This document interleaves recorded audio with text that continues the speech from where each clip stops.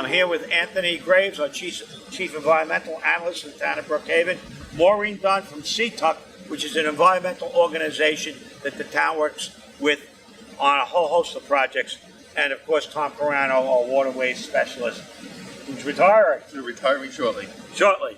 But we're going to be talking again about our half shells for habitat. What is half shells for habitat? Well, who hasn't gone out and had oysters on a half shell? We all have. At the end, those shells get thrown out and they wind up in the landfill or somewhere else as garbage. We can reuse those shells. We take the shells, they're collected in buckets just like this, and we bring them, and we collect them from restaurants that participate, and right now there's at least 5. I ate at one today, Catch, in Patchogue.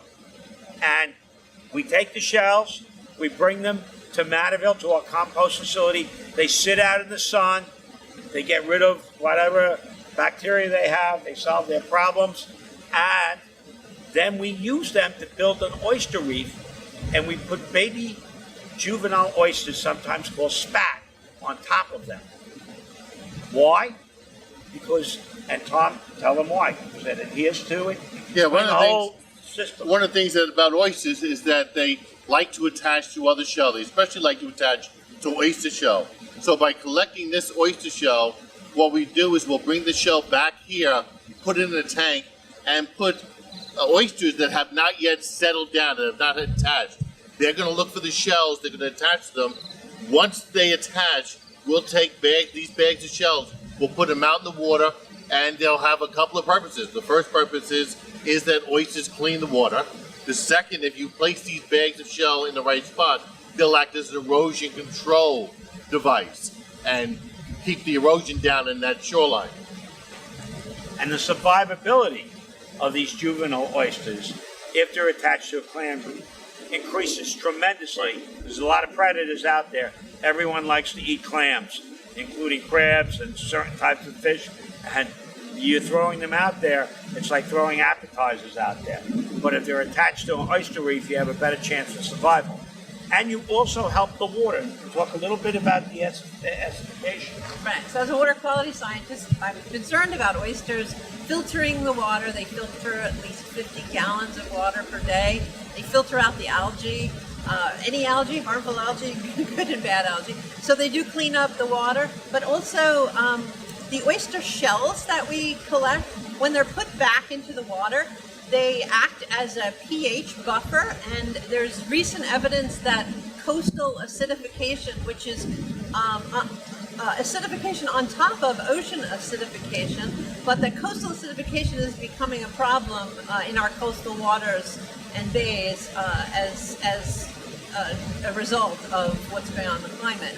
So putting these shells back, they act to buffer the pH, which is something that the juvenile oysters really require. So it helps with water quality. And Anthony, you can wrap it up. Yeah, so as Maureen said, as CO2 levels in the atmosphere go up, ocean and coastal acidification become more of a concern. Taking these shells out of the waste stream means less solid waste.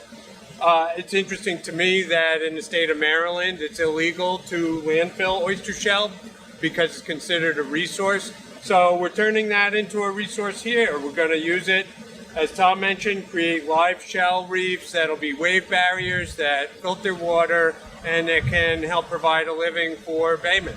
It's win-win-win. And maybe with the help of our state legislators, and we have many, such as Assemblyman Engelbright, we can get it made illegal to throw oyster shells away when they can be recycled for a very good purpose.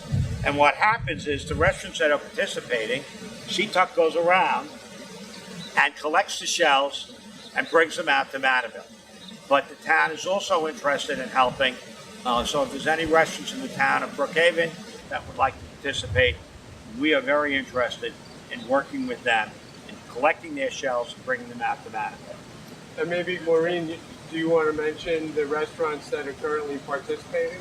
Right, so right now, Catch Oyster Bar in Patchogue participates, and also some of the Bolson Restaurant Group restaurants like Prime in Huntington and H2O in East Islip and Tellers in Islip.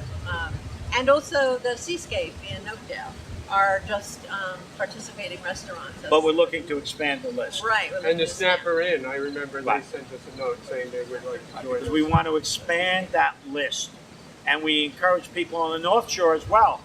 There's a lot of seafood restaurants up here to come and join our efforts in our, these may be small efforts, but we are trying to make an incremental difference in saving our bays, our harbors, and our sound.